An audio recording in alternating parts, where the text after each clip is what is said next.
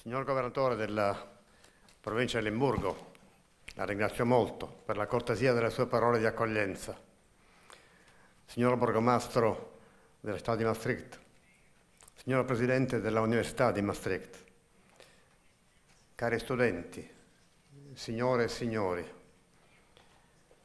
nel 1935 Johann Huizinga pubblicò il libro Nelle ombre del domani, che in Italia fu edito 2 anni dopo con il titolo La crisi della civiltà, tradotto dal professor Luigi Einaudi, che sarebbe diventato nel 1948 il primo Presidente della Repubblica eletto dal Parlamento italiano. Nelle prime pagine di quel libro si leggono alcune frasi che sembrano l'immagine profetica della straordinaria visione e degli immensi meriti dei fondatori del processo di integrazione d'Europa, sperato e disegnato mentre attraversavano la tragedia della guerra mondiale. Quella integrazione europea che Huizinga, arrestato dai nazisti nel 1942 e morto confinato in un paesino nel febbraio del 1945, non poté vedere. Scriveva nel 1935: «Nessuno si stupirebbe se un bel giorno questa nostra demenza sfociasse in una crisi di pazzia furiosa che, calmatasi, lascerebbe l'Europa ottusa e smarrita». Ma aggiungeva poco dopo: «Non mai l'uomo fu così disposto a operare, a osare e a sacrificare di continuo il proprio coraggio, la propria esistenza a un bene comune. Egli», aggiungeva e concludeva, «non ha perduto la speranza». 2 anni dopo aggiungeva, nella presentazione all'edizione italiana: «Io non chiamo ottimista l'uomo che prende alla leggera i pericoli gravi, ma bensì colui che tuttavia tiene alta la speranza, anche quando nessuna via d'uscita sembra presentarsi. La speranza può solo essere fondata sull'improbabile». Così è Huizinga. L'improbabile, la possibilità che i popoli d'Europa, cessata la tragedia della guerra fratricida, si unissero, decidendo di porre insieme il proprio futuro, avvenne.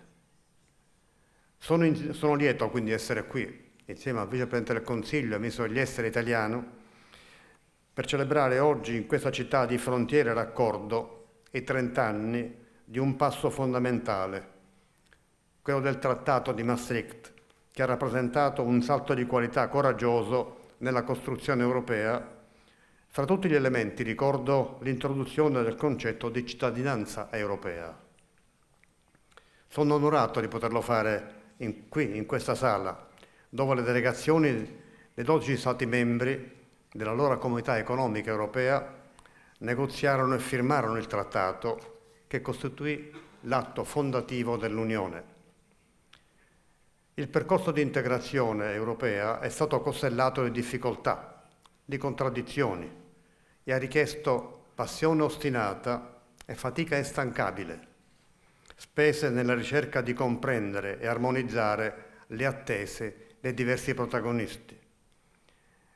Il contesto internazionale, a partire dalla guerra fredda e dalla sua evoluzione, ha inciso naturalmente nel forgiare il succedersi e le priorità negli atteggiamenti degli interlocutori. Un percorso accidentato, frutto sin dall'inizio di scontri tormentati e di incontri lungimiranti tra le sensibilità delle delegazioni dei vari governi impegnati nei negoziati. Permettetemi di esprimere compiacimento nel riscontrare che sin dai primi passi Paesi Bassi e Italia si sono trovati fianco a fianco in questo esercizio. L'aspirazione a un'Europa unita nasce all'indomani del conflitto mondiale, quindi dalla grande scelta di cambiare radicalmente il corso della storia dei rapporti tra i popoli del continente. Ha trovato allora sostegno nel contesto di un forte legame tra le democrazie che avevano riconquistato la libertà, con il supporto degli Stati Uniti d'America e con il contributo di pensiero di un leader globale che aveva portato il suo paese a resistere all'ondata hitleriana, Winston Churchill. Due questioni, quella della difesa delle indipendenze e libertà di ciascuno e quella della ricostruzione, hanno caratterizzato i primi passi dell'intesa fra i paesi europei all'indomani della guerra. Difficilmente avrebbe potuto essere altrimenti. E nel richiamare questo aspetto sembra quasi delineare i termini delle sfide che incombono sulla comunità internazionale oggi, a seguito della drammatica situazione in cui si dibatte l'Ucraina dopo la sciagurata aggressione da parte della Federazione Russa. Proprio perché è fondato su principi di diretta partecipazione dei popoli alle decisioni, l'orientamento dei diversi paesi non è stato ispirato da una linea univoca, costante, in questi 70 anni. È stato influenzato piuttosto e naturalmente dagli indirizzi che di volta in volta si sono manifestati negli appuntamenti elettorali di ciascuno Stato. Si spiegano così il pendolo che ha accompagnato il proseguire della costruzione europea, gli avanzamenti e gli arretramenti, l'equilibrio instabile tra spinta federalista e opzione intergovernativa, il risolto tema del rapporto di interdipendenza degli Stati. Troviamo in realtà, di volta in volta, gli stessi protagonisti schierati sull'uno o sull'altro dei fronti possibili. L'intendersi, l'accrescere la fiducia reciproca tra i partner è stata opera paziente ed efficace. Troviamo all'inizio il graduale consolidarsi di forme associative come il Trattato di mutua difesa di Dunkerque nel 1947 tra Francia e Regno Unito, ampliato ai paesi del cosiddetto Benelux l'anno successivo e divenuto poi Unione Europea Occidentale con l'ingresso della Repubblica Federale Tedesca e della Repubblica Italiana, dopo il rigetto da parte francese del progetto di Comunità Europea di Difesa. Registriamo qui una prima lezione, destinata ad arricchire nella sostanza l'acquis europeo e a costituire una delle ragioni fondanti il processo di integrazione, il dar vita a istituzioni di difesa dirette a scoraggiare le guerre di domani. Potremmo dire che esperienze silenti, come nel caso della Unione Europea Occidentale, ben presto superata dal punto di vista della cooperazione di difesa dell'Alleanza del Nord Atlantico, in verità hanno dimostrato anch'esse importanza e rilievo, se solo pensiamo che le cosiddette missioni di Petersberg, peacekeeping, gestione delle crisi, ormai inserite stabilmente nei trattati dell'Unione, furono attivate nel 1992 in quel contesto.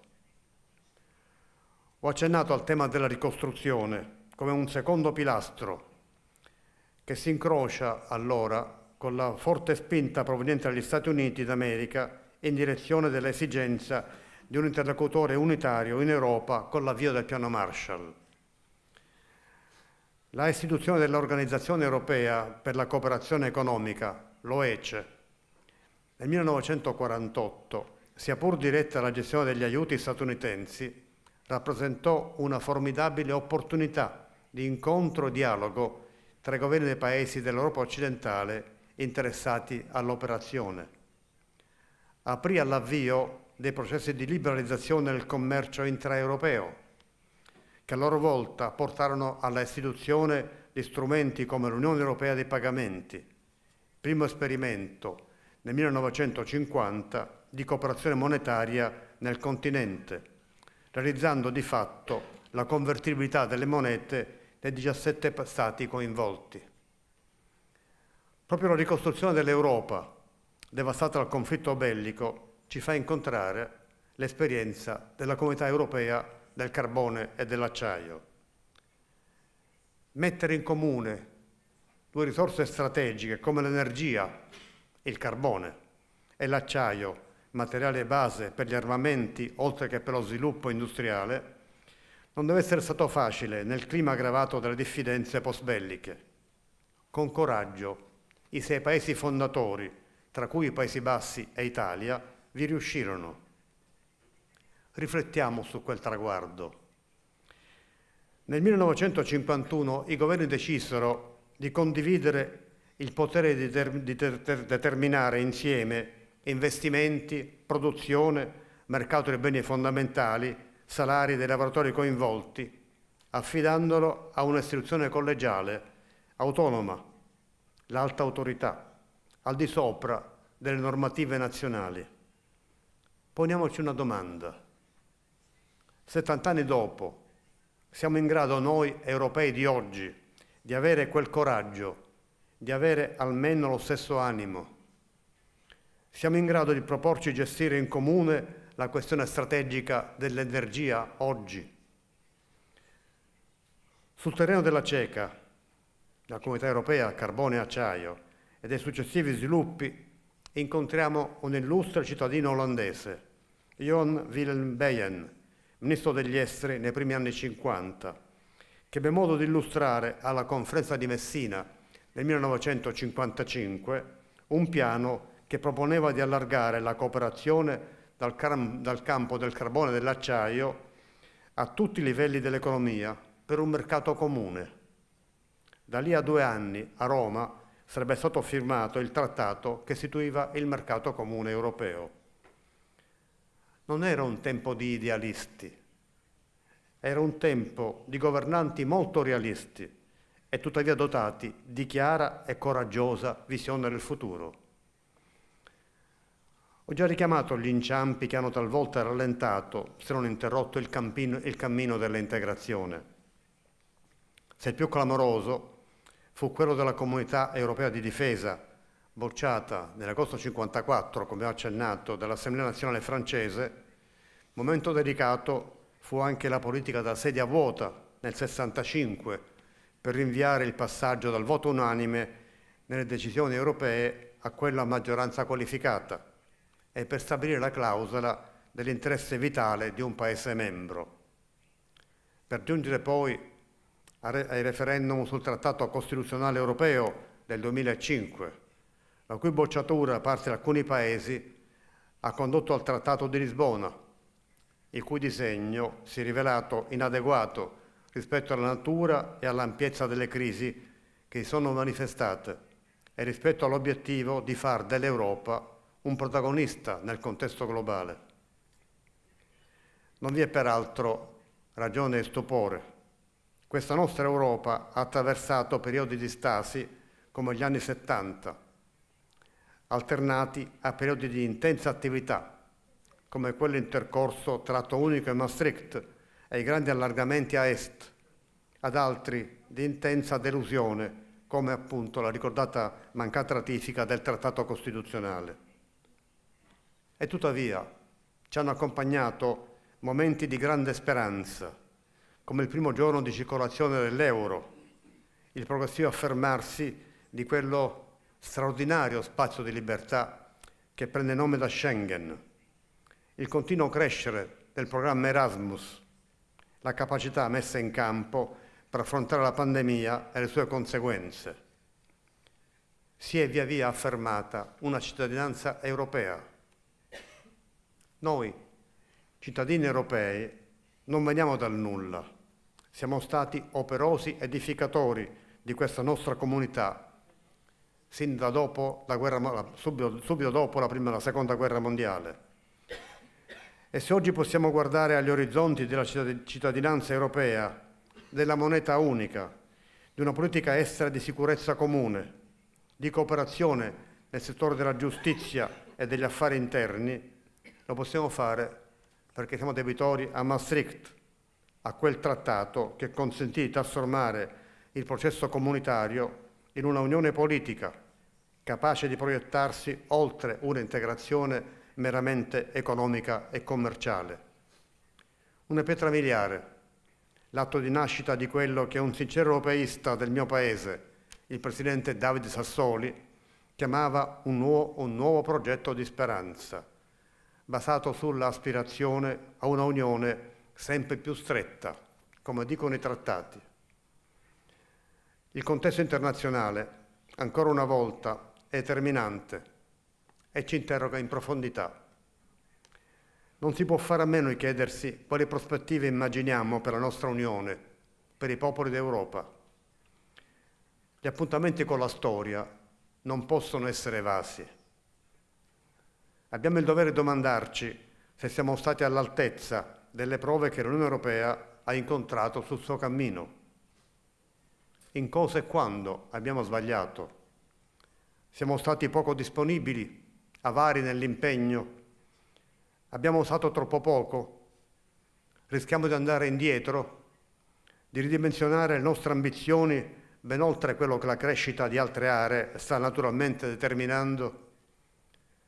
Ancora, cosa vogliamo fare di noi stessi, di noi europei? Quali traguardi ci suggerisce la civiltà di cui siamo orgogliosi portatori e testimoni?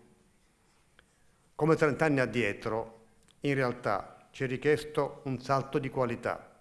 Abbiamo bisogno oggi di scelte coraggiose e lungimiranti. Rinunciarvi significherebbe evadere dalle nostre responsabilità, rassegnarci alla irrilevanza. Occorre compiere queste scelte e individuare strumenti adeguati. L'entrata in vigore del Trattato di Maastricht è stato senz'altro uno dei momenti più stimolanti della nostra storia recente. Non possiamo però omettere di ricordare come già all'epoca si manifestò nel dibattito pubblico, forse per la prima volta, l'euroscetticismo, latente in alcuni Stati membri, circa la validità del percorso di integrazione intrapreso. Il Regno Unito scelse in quell'occasione di restare fuori dall'Unione monetaria e di non sottoscrivere l'accordo sulla politica sociale. La vittoria del no al referendum danese portò a un nuovo negoziato e alla previsione di eccezioni anche per Copenaghen. Ma l'Unione andò avanti nella traiettoria decisa. Parliamo dell'altro ieri, tanto il contesto in cui ci muoviamo oggi è mutato. Esistono comunque nessi storici tra i dibattiti che hanno accompagnato il Trattato di Maastricht e quelli in corso attualmente. La tensione verso un'Europa degli Stati o un'Europa dei cittadini è stata sempre tra le principali chiavi di lettura del complesso percorso europeo. L'approdo fin qui raggiunto è un ibrido che raccoglie insieme elementi del sistema intergovernativo ed elementi di sovranazionalità. Basti pensare al rapporto diretto che hanno i cittadini europei con la elezione del loro Parlamento europeo, al diritto di iniziativa legislativa di cui godono nel sollecitare la Commissione europea ad avanzare proposte per l'attuazione dei trattati, alla legislazione europea direttamente applicabile nei contesti nazionali. Del resto, è principio fondamentale che la sovranità appartenga ai cittadini. La cooperazione intergovernativa, che a lungo da più parti è stata ritenuta l'ambito in cui poter meglio garantire interessi definiti nazionali, sovente è stata frutto semplicemente dell'attardarsi dei rispettivi apparati produttivi nel progettare il futuro, frutto di uno sguardo rivolto al passato, di una visione statica anziché dinamica della crescita delle società civili che nel frattempo si sono sviluppate in senso europeo. È una visione che richiede di essere aggiornata. Le nazioni che compongono l'Unione vivono nella pluralità istituzionale e multiculturale d'Europa, che la riconosce e le sa valorizzare. Certo, tutto si può smontare, come la Brexit conferma, ma davvero possiamo intendere di proporre ai nostri popoli il ritorno a un passato che non c'è più? In un mondo sempre più interconnesso e caratterizzato da grandi soggetti internazionali? Le istituzioni sono figlie del loro tempo, del tempo in cui operano e lo riflettono. Siamo riusciti negli anni nell'impresa di costruire un sistema democratico multilivello, sia pure imperfetto, in cui in Europa i cittadini sono allo stesso tempo cittadini di uno Stato e cittadini dell'Unione, legittimando con il loro voto e la loro partecipazione le pubbliche istituzioni. La Carta dei diritti fondamentali, vincolante ormai dal 2009, lo afferma solennemente. Nessuno può ormai mettere in dubbio che esista un interesse europeo dei cittadini europei, in quanto tali, interesse che trascende, fonde e accorpa gli interessi nazionali. È un fatto, e l'agenda dei fatti, facendo irruzione sull'agenda politica, ne determina priorità e sensibilità. Avvenne così. Nel 1977, quando il Presidente della Commissione europea, Roy Jenkins, un britannico, fu posto nella condizione di rilanciare l'unione monetaria dopo che gli accordi della Giamaica l'anno precedente, abbandonando i cambi fissi, avevano assunto di fatto il dollaro come riferimento monetario in luogo dell'oro. E nel 1979 venne varato lo SME, il sistema monetario europeo. È stato così quando la pandemia ha vulnerato molti dei nostri paesi, ponendo a rischio la vita delle popolazioni, alterando le catene di valore, interrompendo normali flussi produttivi.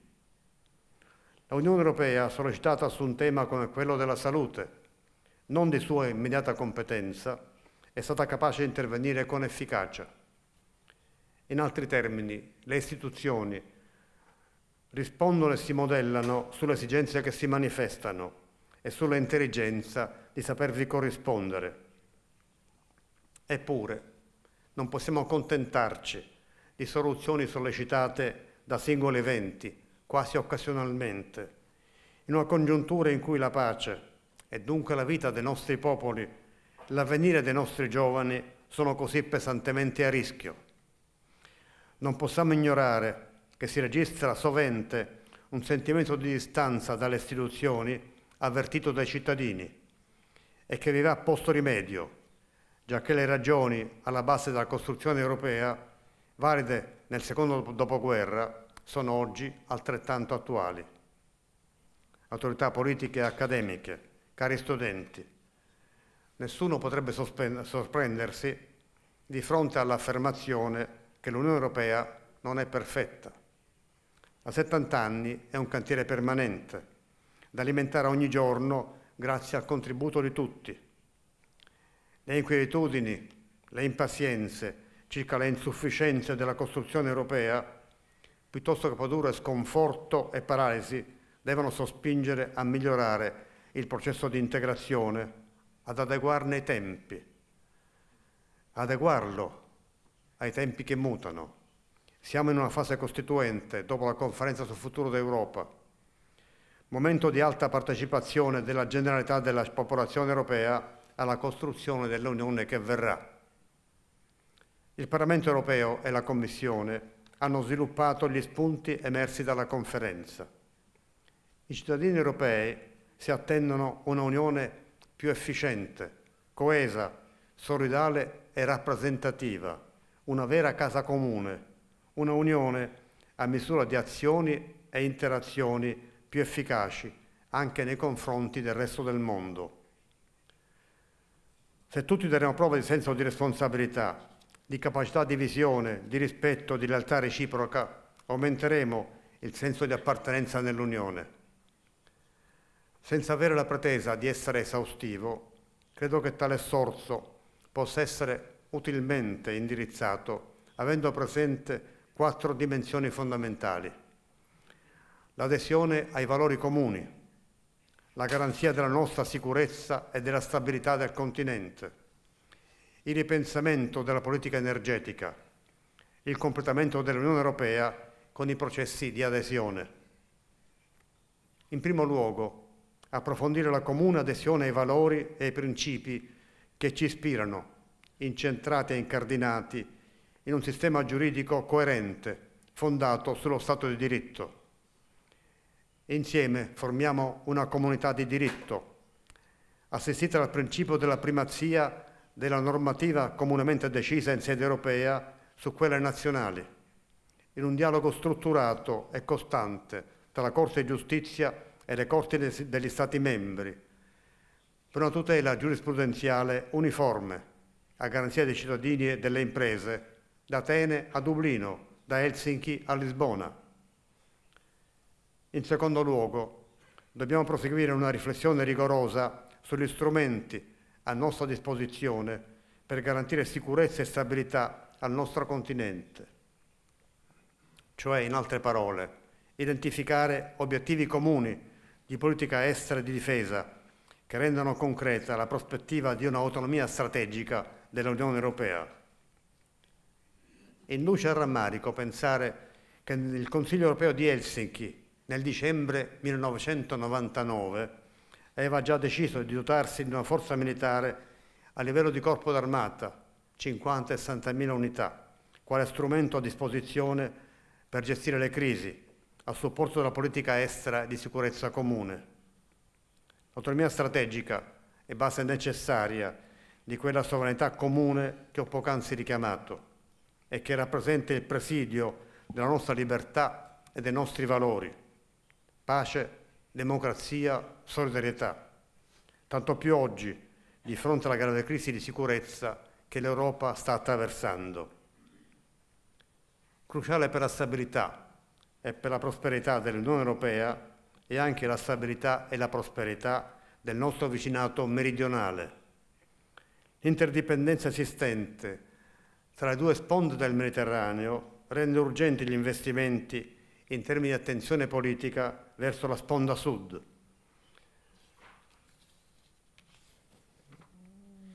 La risposta alla stessa sfida migratoria, infatti, avrà successo soltanto se sorretta da criteri di solidarietà all'interno dell'Unione e di coesione nella risposta esterna e da una politica lungimirante nei confronti della regione africana. A parte i profili etici, penso che sia bene tenere presente che tra pochi decenni il rapporto di popolazione tra Africa e Unione Europea sarà di 4-1 e i paesi di quel continente, dotati di una grande quantità di materie prime di immenso valore, una volta sviluppata un'adeguata capacità organizzativa, rivestiranno peso e influenza nella comunità internazionale. Non è improprio pensare che il loro atteggiamento nei confronti dell'Unione sarà corrispondente al grado di solidarietà che oggi viene riservata a loro e ai loro migranti. Mentre intensifichiamo il dialogo con i paesi terzi di origine e transito dei migranti, dobbiamo lavorare affinché i principi di coordinamento e di responsabilità condivisa tra Stati membri guidino la risposta comune a un fenomeno determinante per le nostre stesse prospettive di crescita. Tutto questo sollecita ancora di più l'intera comunità internazionale e, appunto per quanto ci riguarda da vicino l'Unione, a raggiungere intese efficaci e rispettose dei diritti di ciascuno. Così si progetta un futuro condiviso. In terzo luogo, occorre ripensare le scelte di politica energetica. Sarebbe inutile elencare in dettaglio fragilità europee che questi mesi di guerra hanno abbondantemente evidenziato, con gravissime conseguenze economiche e sociali per i nostri popoli. Non è il momento delle esitazioni né delle scelte egoistiche. Al contrario, i bisogni cui far fronte sono tali da richiedere coraggio e determinazione. Vanno nella giusta direzione i progressi compiuti nelle ultime settimane, a cominciare dalla decisione di definire un tetto al prezzo del gas, cosa che ha già contribuito alla discesa dei prezzi dell'energia. Al contempo, ripensare la politica energetica dell'Unione significa stimolare la ricerca di nuove fonti e di nuovi approvvigionamenti, in linea con i nostri valori e con i nostri interessi e con le scelte già compiute nell'ambito del Green Deal e con i nostri obiettivi di politica estera. L'Unione è stata una formidabile piattaforma che ha diffuso stabilità e valori intorno a sé, realizzando il principio di non aver nemici alle proprie frontiere. Se non lo facessimo, se non garantissimo continuità e credibilità alla politica di cooperazione, se non procedessimo a completare il disegno di allargamento dell'Unione, dall'Ucraina ai Balcani occidentali, cui abbiamo promesso l'adesione nel lontano 2003. Lasceremo vuoti destinati a essere colmati da altri attori, espressione di valori e interessi diversi dai nostri. Si tratta di un investimento geostrategico, i cui vantaggi sono infinitamente superiori ai grandi svantaggi prodotti da un'Unione chiusa in se stessa, incapace di contribuire a definire obiettivi globali e di creare intese con i vicini. Autorità politiche e accademiche, cari studenti, ho il piacere di rivolgermi a voi al termine di una visita di Stato che ha rinnovato, ancora una volta suggellato, l'amicizia tra i nostri paesi. Un'amicizia non di maniera, che consente un franco confronto anche sui temi in cui le posizioni di partenza abbiamo distanti. I Paesi Bassi d'Italia, paesi fondatori dell'Unione, condividono la visione di un'Europa aperta al mondo, promotrice di saldi valori, attenta ai diritti sociali. La forza della nostra Europa è la sua capacità di unire i diversi, di trovare soluzioni concrete dall'incontro tra posizioni all'apparenza inconciliabili. Per questa ragione, nell'accogliere con riconoscenza l'invito graditissimo della loro maestà e la regina dei Paesi Bassi, ho desiderato concludere qui, nella vicina Erlen, questa visita di Stato. Maastricht è un esempio di successo, testimone che il negoziato e il compromesso non sono esercizi al ribasso, bensì processi in grado di giungere a soluzioni creative e innovative, a beneficio di tutti gli attori che si impegnano con onesta determinazione sia a sostenere le proprie ragioni, sia all'ascolto di quelle degli altri.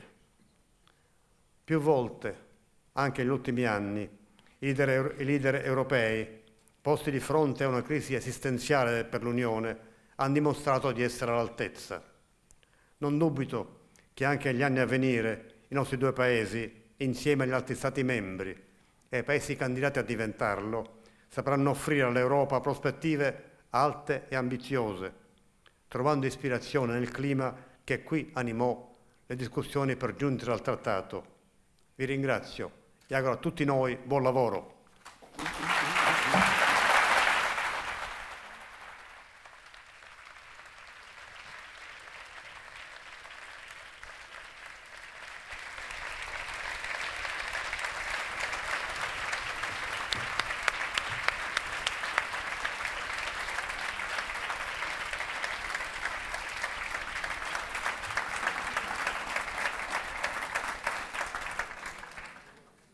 Grazie mille, Sua Eccellenza, signor Presidente Cesare Mattarella, per le sue parole, per il suo discorso bello, toccante, stimolante, dove ci ha fatto ricordare la storia e a cosa può portare un compromesso, dove questa sala magari è un bel esempio. Noi stiamo qua anche con gli studenti e qualcuno dei nostri studenti e ricercatori avrebbe ancora qualche domanda da chiedere, se ci permette. E per la prima domanda vorrei invitare Zaccaria El-Shmali. Lei è un PhD Fellow della Siria. Sì, grazie mille signor Presidente, sono Zaccaria. The EU today is united in foreign policy, but is also bitterly divided on areas such as the rule of law and asylum policy. In the time of mainstream populism that we live in today, what can the EU do to ensure that its founding principles are not compromised on in the name of unity in these difficult times? Thank you. Non può ripetere le sue parole, per favore, più vicino al microfono? Sì. Sì.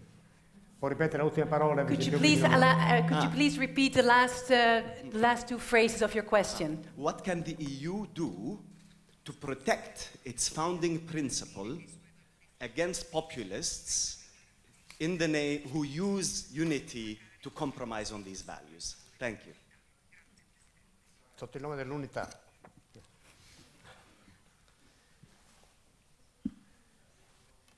Quindi il problema è, sono malinteso, le chiedo scusa perché non avevo messo ancora è quello dell'insidia di chi non crede nell'Unione. È così? Sì. L'Unione è una comunità di valori, non è una semplice raccolta di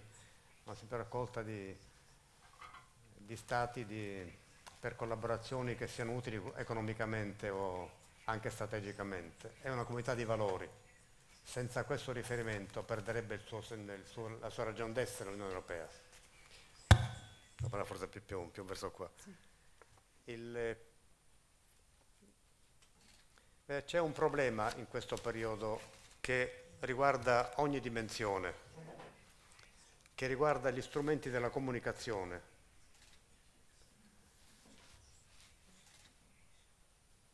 Che sono fortemente cambiati in questi ultimi tempi. Ne abbiamo assistito in questi ultimi tempi a un moltiplicarsi di strumenti che facilitano provvidenzialmente la comunicazione.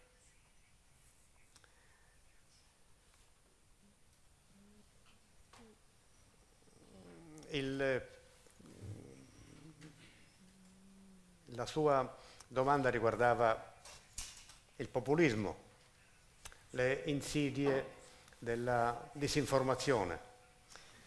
Vede, gli strumenti che oggi offre il web, che offrono i social, sono una straordinaria opportunità di crescita delle relazioni e della condizione umana, dei modi in cui ci si confronta. È una crescita straordinaria, di grande importanza di progresso. Naturalmente, come ogni scoperta che l'umanità si trova disponibile, molto dipende dall'uso che se ne fa.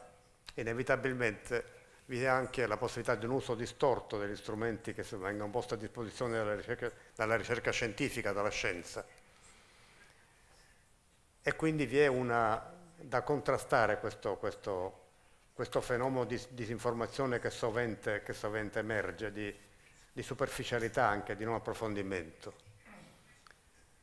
Tutto questo è naturalmente un problema che dimostra che tra le pubbliche istituzioni di qualunque dimensione e i mezzi di comunicazione nuova non si è trovato ancora un rapporto maturo, adeguatamente consolidato per comunicare con i nuovi strumenti, con i cittadini. Ed è un problema che riguarda i cittadini in parte, ma prevalentemente le istituzioni, che devono trovare un modo più adeguato, più corrispondente ai nuovi strumenti di comunicazione. Io però sono ottimista per quanto riguarda la convinzione e l'atteggiamento nei confronti dell'Unione, perché c'è una garanzia che è data dal crescere costante di generazioni di cittadini europei che avvertono fortemente questa dimensione e che sono per questo impermeabili a ogni scetticismo sull'integrazione europea. Abbiamo una prova in questo periodo. La guerra in Ucraina è un tema estremamente delicato, grave. Siamo stati in Europa, tutti i paesi, bombardati da fake news di provenienza russa, ma queste hanno inciso in maniera assolutamente minimale sulle pubbliche opinioni. È l'unità che l'Unione Europea ha assicurato nell'appoggio all'Ucraina con le sue pubbliche opinioni concordi dimostra come c'è una resistenza a questi tentativi di disinformazione che è molto grande e questo pure induce all'ottimismo. Grazie mille. Allora vorrei darla.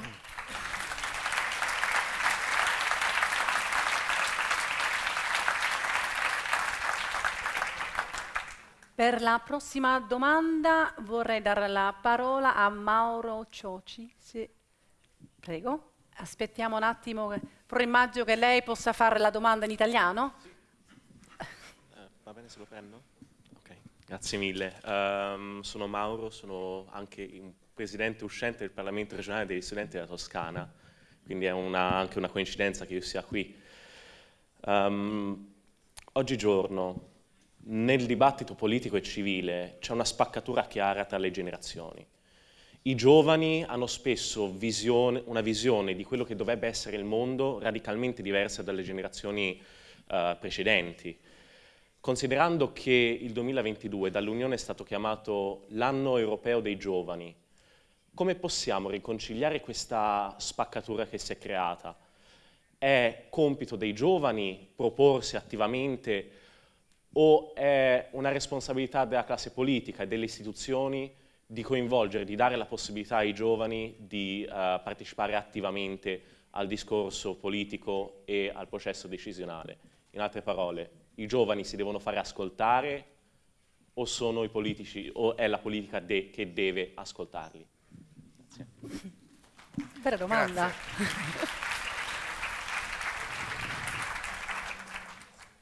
Innanzitutto vorrei condividere quanto lei ha detto, che i giovani hanno prospettive, sensibilità diverse da quelle delle precedenti generazioni.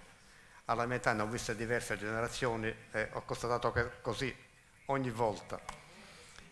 Ed è un problema questo naturalmente che si pone a chi ha responsabilità istituzionali, si pone anche ai giovani. Vi sono ogni generazione, particolarmente adesso, con i ritmi così veloci, freneticamente, di mutamento, di cambiamento, hanno sensibilità, obiettivi, temi di importanza difformi da quelli di chi li ha preceduti. E questo è un tema che diventa, questa somma di temi che riguarda l'interesse dei giovani, sono inevitabilmente la priorità per chi gestisce istituzioni, perché siccome tra le deformazioni che purtroppo sovente avvengono si governa pensando al futuro, questo significa pensare ai temi che i giovani hanno a cuore.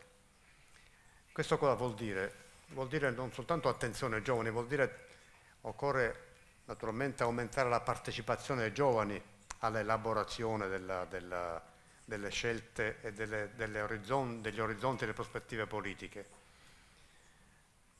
La Conferenza sul futuro dell'Europa ha cercato di offrire anche ai giovani una piattaforma di partecipazione.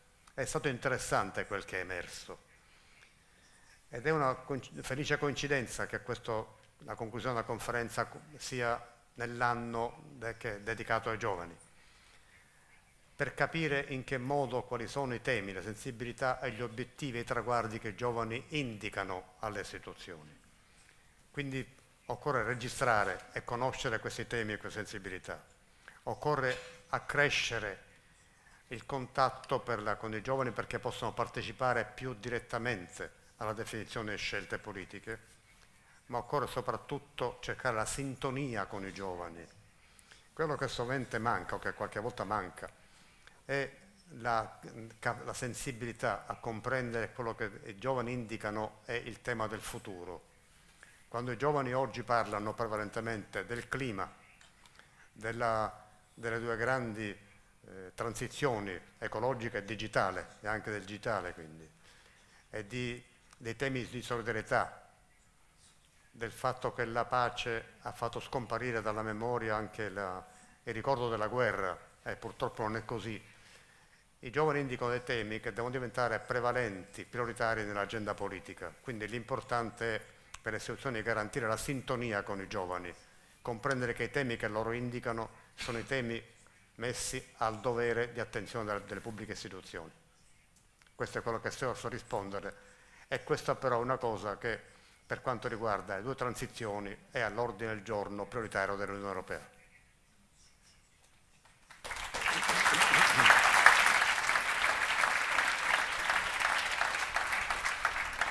Grazie. Prima di andare all'ultima domanda del pubblico, avrei una domanda io. C'è una cosa che mi colpisce sempre dell'Italia, che davanti a ogni palazzo istituzionale c'è sempre anche la bandiera europea, al contrario dell'Olanda. Noi oggi ce l'abbiamo, e a Maastricht ce l'abbiamo, ma l'Italia è fondamentalmente un paese molto europeista, ma negli ultimi anni anche questa ondata di euroscetticismo ha toccato anche l'Italia.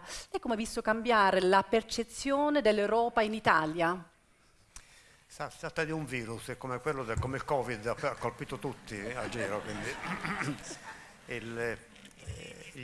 le ultime rilevazioni statistiche in Italia sull'adesione all'Unione e all'euro sono di grande ampiezza positive. Quindi quel fenomeno indicato è stato è una curva discendente rassicurante. Allora Andiamo all'ultima domanda. Volevo dare la parola a Luana Russo, lei è sempre italiana, è Assistant Professor in Quantitative Methods. Ecco, immagino che anche lei lo farà in italiano. La domanda? Grazie, buongiorno Presidente. Volevo chiederle cosa pensa dell'impatto delle sfide globali sulla infrastruttura decisionale europea. Negli ultimi anni come europei abbiamo visto che ricorrentemente siamo posti di fronte a delle sfide che richiedono condivisione, richiedono approcci condivisi tra tutti quanti i paesi, e anche i partiti populisti sembrano aver capito che il sovranismo è una strategia che funziona in tempo di pace, ma che quando un paese si trova ad affrontare sfide come la pandemia, l'aumento dei costi dell'energia, la guerra, c'è bisogno di un'infrastruttura internazionale che abbia delle procedure condivise e rodate. Però nel disegno istituzionale europeo sono i capi di governo dei singoli paesi che spesso hanno l'ultima parola su decisioni importantissime. Ecco, qual è il limite di questo disegno istituzionale e quali sfide pone? Aspetta, scrivo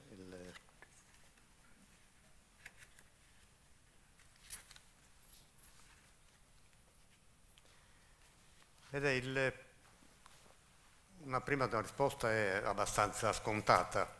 Il voto all'unanimità è una formula ampiamente superata. È stato ridotto a suo tempo, ma in maniera minima, perché si trasforma in un diritto di veto che paralizza l'Unione in un momento in cui i mutamenti e le crisi sono continui e richiedono decisioni non diluite nel tempo per essere assunte. Quello è un primo problema. Naturalmente vi è una condizione che è sollecitata questa dal succedersi di crisi.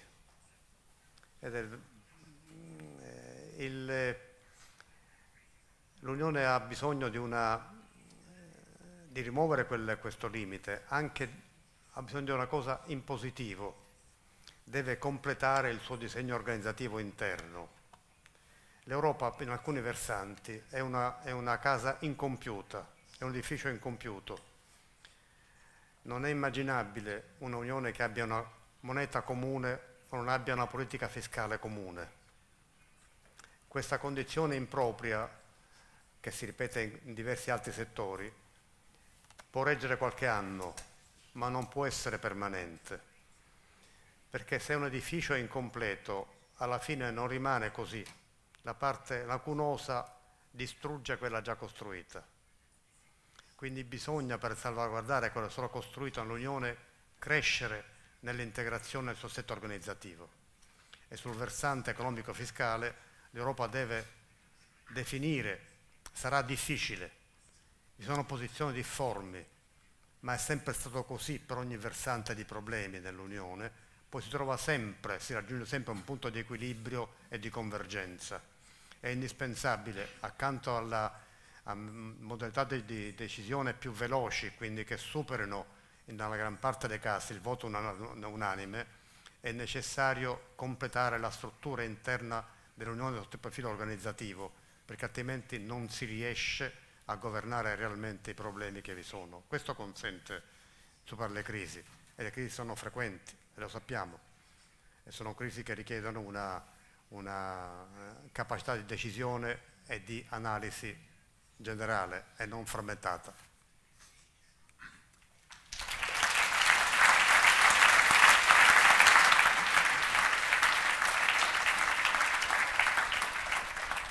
Sua Eccellenza, signor Presidente Sergio Mattarella, penso di parlare a nome di tutti, che avremmo voluto parlare ancora per ore con lei, ma per adesso la ringraziamo per il tempo che ci ha dedicato e le lezioni che ci ha dato, e di aver parlato con noi dell'Europa come una casa da proteggere, ma una casa incompiuta, però ha detto pure di essere fiduciosa, e se lo è lei lo siamo anche noi.